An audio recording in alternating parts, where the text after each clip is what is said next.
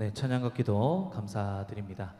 자, 오늘 우리 함께 나눌 말씀은 느헤미야 말씀입니다. 느헤미야 2023년 표를 따라서 또 말씀 준비해 왔습니다. 이중구 목사님을 이어서 느헤미야 1장 1절로 11절까지 오늘 말씀입니다. 느헤미야 1장 1절로 11절까지의 말씀, 저 한 절, 여러분 한 절 교독하여 읽고 마지막 11절은 함께 합독하시도록 하겠습니다. 하가리아의 아들 느헤미야의 말이라. 아닥사스다 왕 제 20년 기슬로월에 내가 수산궁에 있는데 내 형제들 가운데 하나인 하나니가 두어 사람과 함께 유다에서 내게 이르렀기로 내가 그 사로잡힘을 면하고 남아있는 유다와 예루살렘 사람들의 형편을 물은즉 그들이 내게 이르되 사로잡힘을 면하고 남아있는 자들이 그 지방 거기에서 큰 환난을 당하고 능욕을 받으며 예루살렘 성은 허물어지고 성문들은 불탔다 하는지라. 내가 이 말을 듣고 앉아서 울고 수일 동안 슬퍼하며 하늘의 하나님 앞에 금식하며 기도하여 이르되 하늘의 하나님 여호와 크고 두려우신 하나님이여, 주를 사랑하고 주의 계명을 지키는 자에게 언약을 지키시며 긍휼을 베푸시는 주여 간구하나이다. 이제 종이 주의 종들인 이스라엘 자손을 위하여 주야로 기도하오며 우리 이스라엘 자손이 주께 범죄한 자들을 자복하오니 주는 귀를 기울이시며 눈을 여시사 종의 기도를 들으시옵소서. 나와 내 아버지의 집이 범죄하여 주를 향하여 크게 악을 행하여 주께서 주의 종 모세에게 명령하신 계명과 율례와 규례를 지키지 아니하였나이다.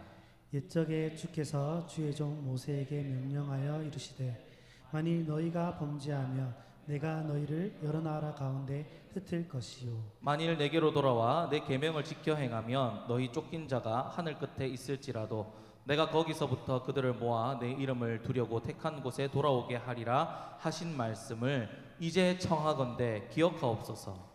이들은 주께서 일찍이 큰 권능과 강한 손으로 구속하신 주의 종들이 주의 백성이니이다. 함께 읽습니다. 주여 구하오니 주 귀를 기울이사 종의 기도와 주의 이름을 경외하기를 기뻐하는 종들의 기도를 들으시고 오늘 종이 형통하여 이 사람들 앞에서 은혜를 입게 하옵소서 하였나니 그때에 내가 왕의 술 관원이 되었느니라. 아멘. 자, 여러분들 오전부터 또 열심히 섬기시고 이 자리에 온 줄 압니다. 오전부터 섬기고 점심도 먹고 배도 부르고 따뜻하고 딱 졸기 쉬운 그런 시간인 줄 아는데요. 항상 청년부 시간은 이 시간이더라고요. 이 시간인데 힘든 줄 압니다. 그래도 우리 이 시간 좀 집중해서 함께 말씀 나누었으면 좋겠습니다. 자, 여러분들 오늘 나눈 느헤미야, 이 느헤미야는 유대 사람으로서 하나님을 경외하는 사람이었습니다. 그리고 그 사랑하는 하나님께서 이 세우신 유대 민족을 너무나도 뜨겁게 사랑했던 사람이 바로 느헤미야입니다. 자, 여러분 느헤미야의 이름 뜻이 뭘까요? 느헤미야의 이름의 뜻 혹시 아시는 분 계십니까? 느헤미야의 이름의 뜻 위로의 아들이란 뜻입니다. 뭐라고요? 위로의 아들입니다. 위로의 아들. 이름부터가 참 따뜻하다, 그죠? 느헤미야는 그 이름의 뜻답게 당시 유대민족의 큰 위로와 힘이 되었던 사람입니다. 그런 그의 이야기를 통해서 하나님께서 이 시대를 살아가는 우리에게 무슨 말씀을 하시고자 하는지 함께 좀 나누기를 원합니다. 자, 오늘 느헤미야 1장 1절을 보면 느헤미야가 등장하죠. 그리고 느헤미야는 아닥사스다 왕 제20년 기슬루월, 알 수 없는 때죠. 우리로서는 알 수 없는 이때에 어디 있었습니까? 수산궁에 있었습니다. 자, 이 말이 무슨 말이냐면 느헤미야는 아닥사스다 왕을 가까이에서 섬기는 고관 중 한 명이었다는 것을 우리는 알 수 있는데요. 기슬루월, 아까 말씀드렸죠. 느헤미야는 아닥사스다 왕이 제20년 아닥사스다 왕이 제20년 기슬루월에 했을 때 이 기슬루월은 지금 우리로 치면 11월 12월입니다. 겨울이죠.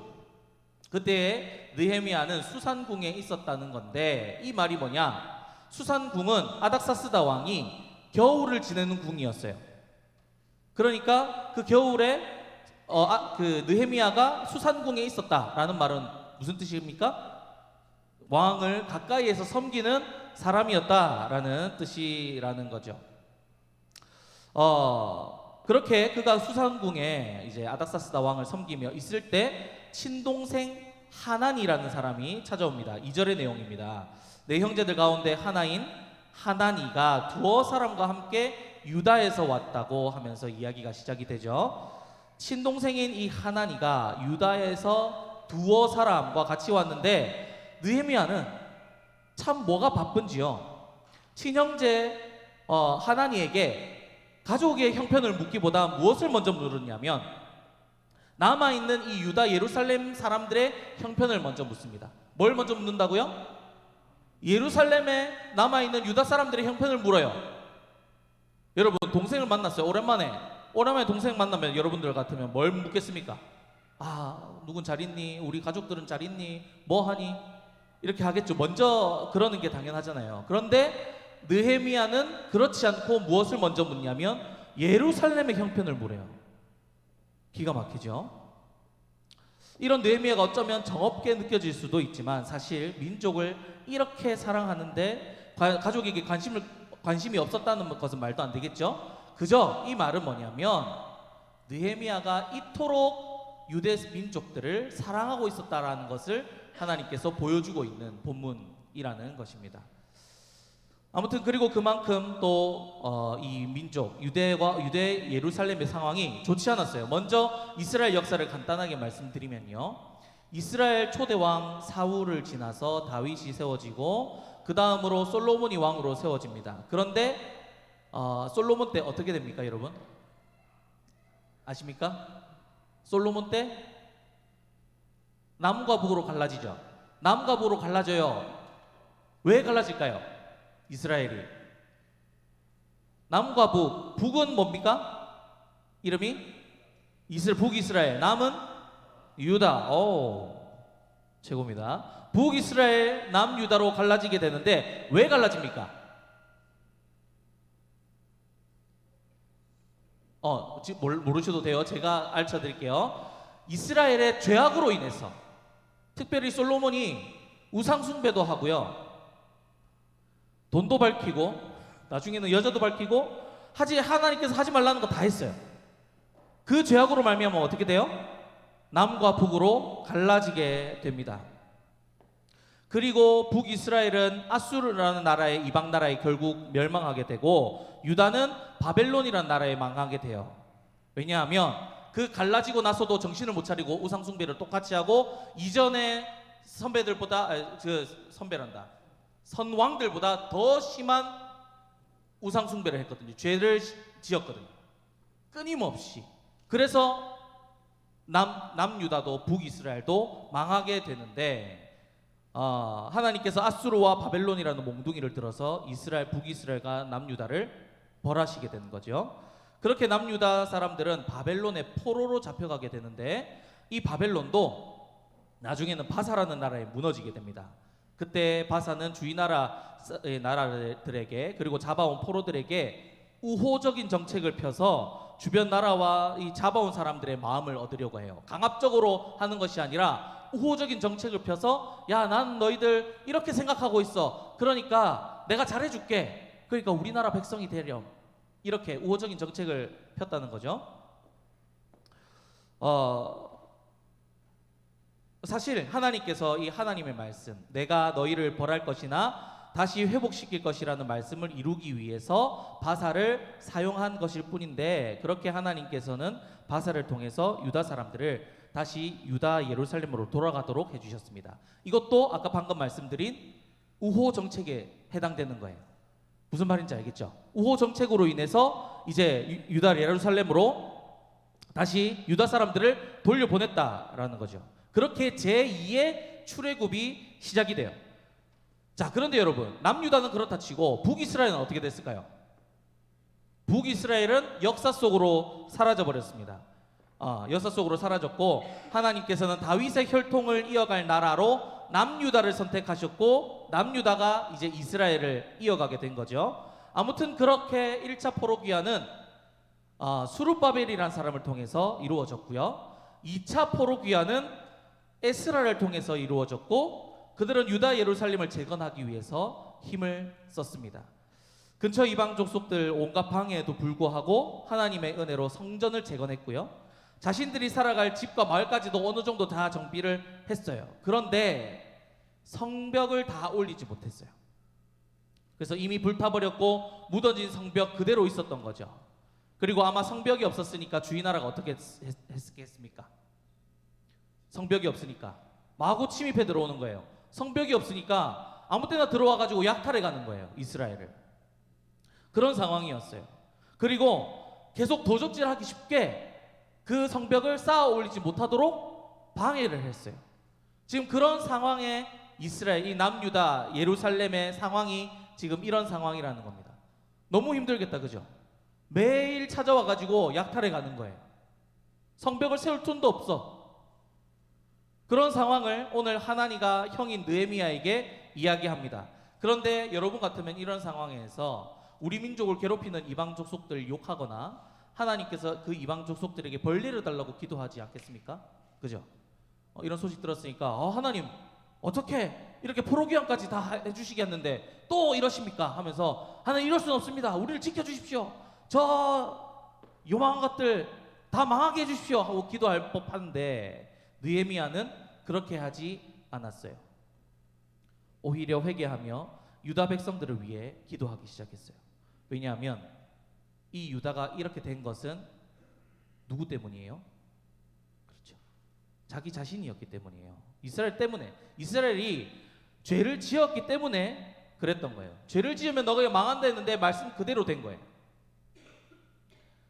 하나님께서는 하나님 말씀 듣지 않고 순종하지 않으면 수치를 당하게 된다, 죽게 된다 말씀하셨어요. 오늘 본문 8절에도 느헤미야가 이렇게 이야기합니다. 오늘 만일 너희가 범죄하면 내가 너희를 여러 가운데 흩을 것이요. 하나님께서는 분명히 이렇게 말씀하셨고 그 말씀대로 이루셨어요. 그러나 하나님께서 더 약속하신 것이 있죠. 9절 말씀. 만일 내게로 돌아와 내 계명을 지켜 행하면 너희 쫓긴 자가 하늘 끝에 있을지라도 내가 거기서부터 그들을 모아 내 이름을 두려고 택한 곳에 돌아오게 하리라.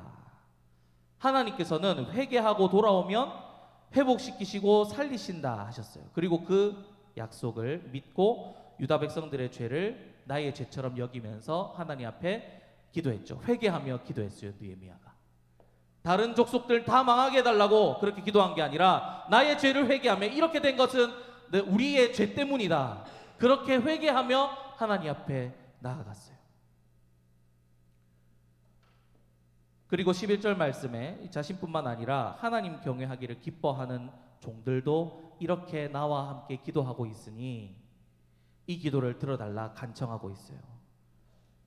거기에 하나님께서 오늘 11절 말씀처럼 느헤미야가 술관원이 되는 것으로 응답하셨습니다. 자, 술관원이 되었다는 것은 정말 놀라운 응답인데요. 술관원은 혹시 아십니까? 어떤 일을 하시는지, 어떤 일을 하는 사람인지. 술관원 그냥 옆에서 왕 옆에서 자, 술 한잔 따라 먹으라 하면 예 하고 술 따르는 사람이었겠어요? 아니에요.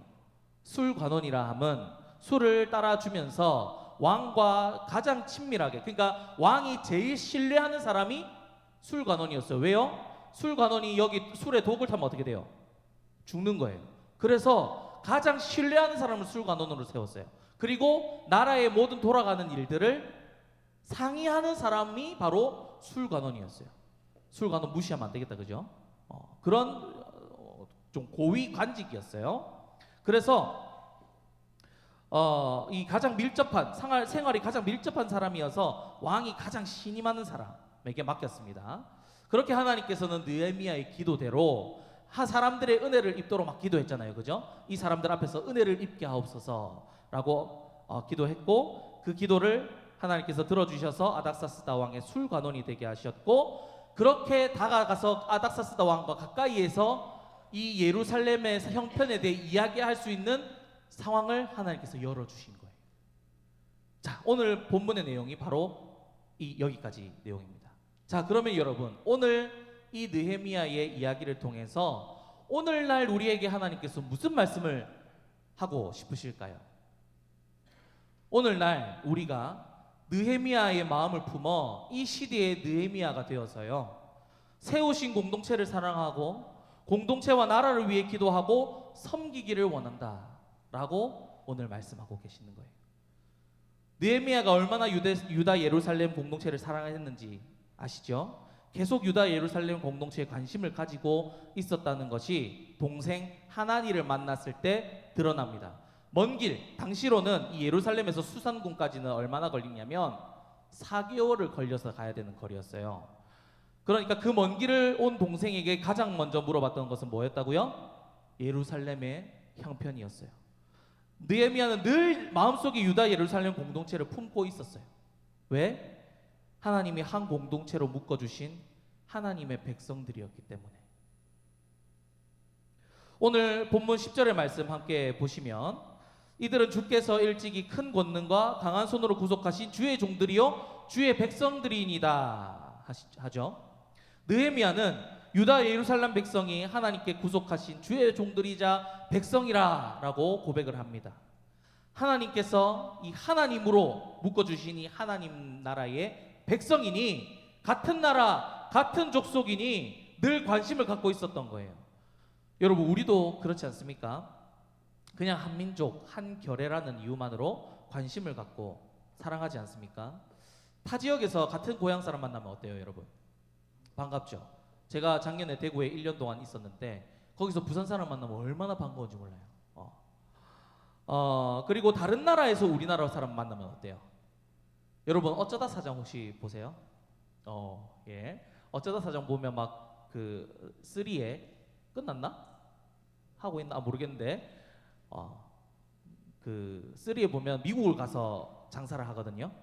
그 편의점 그 마트를 맡아가지고 근데 거기에 한국 사람이 많이 이주해 있어가지고 그 한국 사람 차태현이랑 조인성이랑 한효주랑 누구지? 아무튼 한국 사람 한국 배우들이 많이 가요.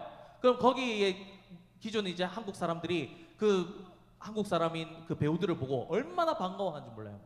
아 내가 어디 살았었는데 하면서 막 반가워가지고 그 눈에 막 그 반가움이 막 사랑이 막 뚝뚝 흘러 넘치는 거예요. 그게 같은 나라 이 시민으로 묶어져 있다는 겁니다.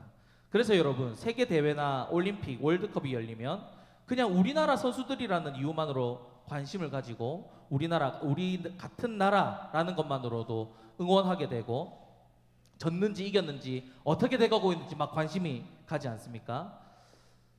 그리고 우리나라 사람이 다른 나라에 가서 어려움을 당하고 있다는 소식을 들으면 어떻습니까, 여러분?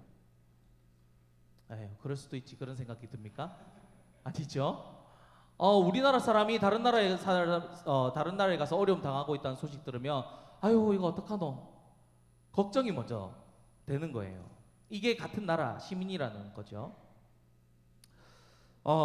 이게 하나로 묶여 있다는 거예요. 이와 같이 느헤미야는 바사 나라의 관리였음에도 불구하고 자신의 정체성을 잊지 않았어요.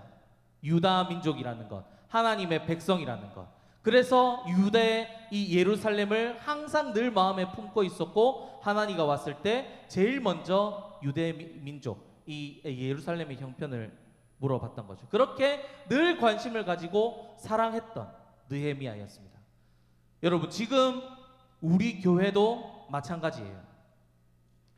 하나님 나라 백성으로 또 주의 교회의 디모데와 로고스로 하나님께서 묶어주셨습니다. 아멘. 아멘이 적은데 여러분 하나님께서 여러분들을 하나님의 이름으로 묶어주셨어요. 로고스라는 이름으로 디모데라는 이름으로. 그래서 여러분 미우나 고우나 저와 여러분들은 한 세트입니다. 하나예요. 출신도 다르고 자라온 환경도 다르지만 나이도 다르고 세대도 다르지만 하나님으로 인해서 한 공동체가 되었습니다. 이 사실을 반드시 믿고 기억하시기 바랍니다. 그렇게 하나님께서는 우리가 하나님의 나라 백성으로서 하나로 묶인 자들로서 하나님께서 세우신 이 공동체를 향해서 관심과 사랑과 애정을 갖고 계시기를 원하세요. 아멘. 느헤미야를 보여주시면서 봐라 얘들아, 한 공동체로 묶여져 있다는 것은 바로 이거야, 바로 이 모습이야 하고 지금 느헤미야를 지금 시대의 우리에게 보여주고 계세요. 그리고 제가 강조하고 싶은 것은 여기서 이 사랑하고 하는 것을 애써 하는 것이 아니라 자연스럽게 됐으면 좋겠어요. 이 사실을 우리가 안다면, 같은 민족, 하나님 안에서 하나가 된 사람이라는 것을 알게 되면 자연스럽게 나오는 증상이에요. 왜? 여러분, 월드컵 나가고 아까 이야기했지만 누가 시켜서 응원합니까?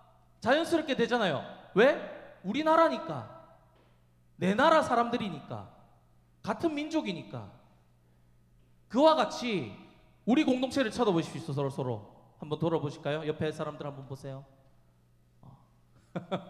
째려보지 마시고, 하나님께서 한 백성으로 모이게 해주신 사람들이라는 거예요. 하나님의 이름으로 묶인 자들이에요. 그래서 자연스럽게 좀 사랑했으면 좋겠어요. 자연스레 관심을 가지고. 너무 낯간지러워요? 낯간지러워. 자연스럽게 되는 거예요. 자연스럽게.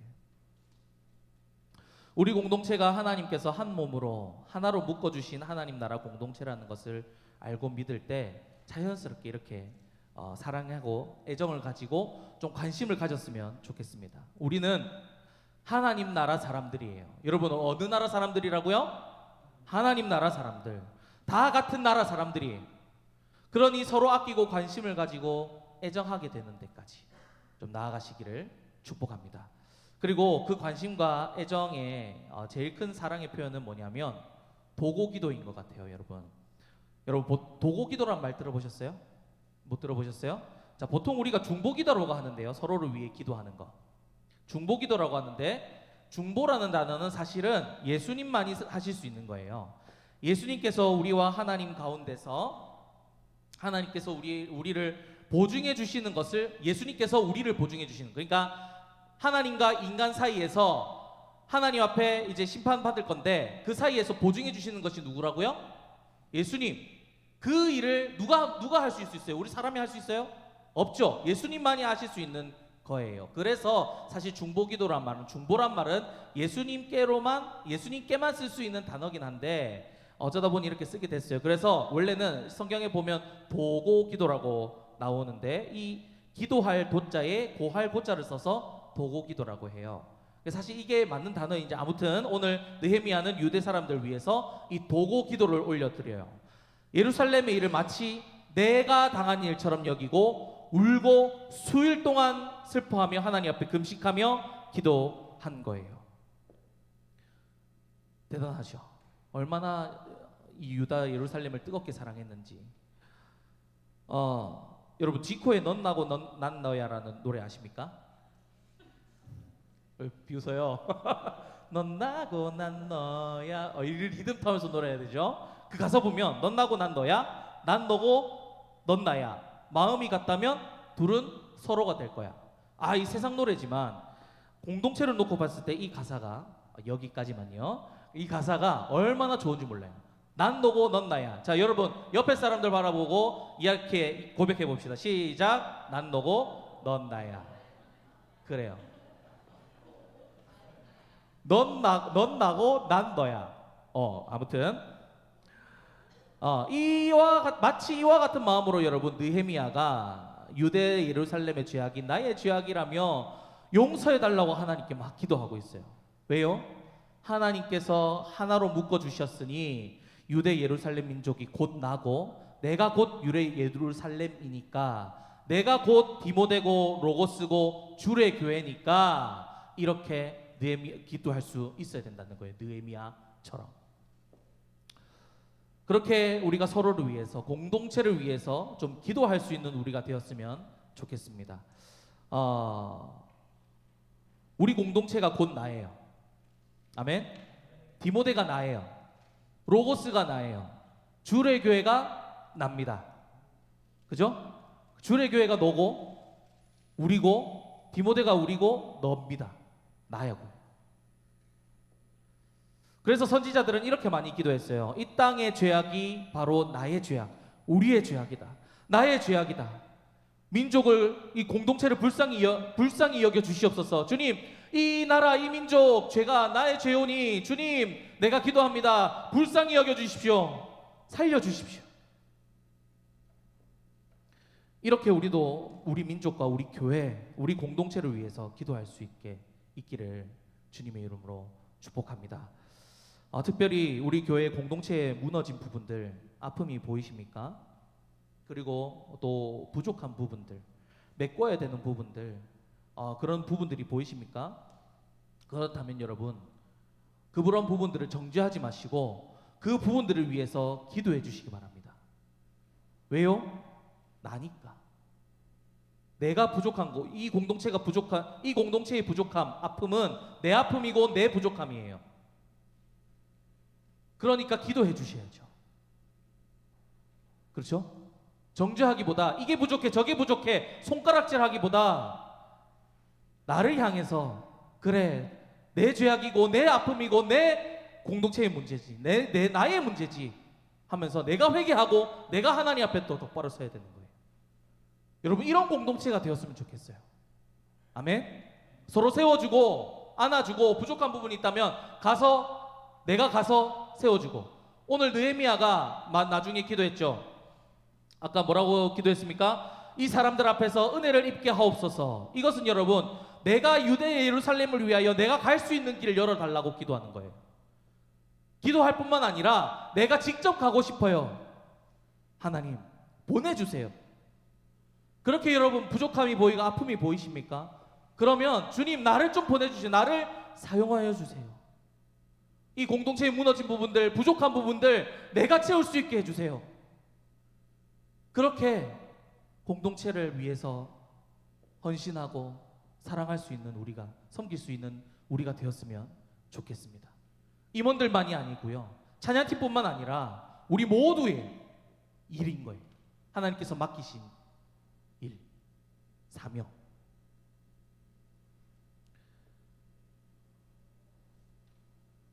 이와 같이 여러분, 저와 여러분들이 오늘날의 느헤미야가 되어서 우리 디모데와 로고스를 위해 기도할 뿐 아니라 우리 공동체를 세우고 일으키는 자리에까지 나가기를 주님의 이름으로 축복합니다. 아멘. 정죄하기보다 뭐 하자고요? 기도하자고요. 또 기도하기보다 어떻게 하자고요? 나아가자고요. 무슨 일을 하라는 게 아닙니다. 뭐 임원 맡아가지고 일을 해라 그게 아니에요. 오늘 사랑방 모임에서 나누겠지만 이 주보 한번 보실까요? 여러분 주보 한번 보시면 안쪽에 사랑방 모임이 여기 있으면 여기 그림이 있어요. 그림이 있는데 뭐가 있어요? 부지런함, 성실함, 위로하는 일, 가르치는 일, 섬기는 일, 즐거움 뭐 이렇게 나와 있죠. 이런 것들로 우리 공동체 다 섬길 수 있어요. 여러분들의 성실함으로 공동체 섬길 수 있는 부분들이 반드시 있을 거고요. 부지런함 그리고 위로하는 일로 여러분들이 공동체 섬기는 일 있을 거고, 가르치는 일로 할 수도 있을 거고, 섬기는 일 그리고 같이 즐기는 것으로 또 섬길 수도 있는 거예요. 이렇게 다양한 모습으로 우리가 공동체를 위해서 공동체를 사랑함으로 섬기며 나가는 저와 여러분들 되시기를 축복합니다. 그래서 우리 교회 공동체에 무너진 곳들이 있다면 다시 세우고, 아픈 부분들이 있다면 회복해 하는 주역들로 귀하게 쓰임받는 저와 여러분들 되시기를 주님 이름으로 간절히 축복합니다.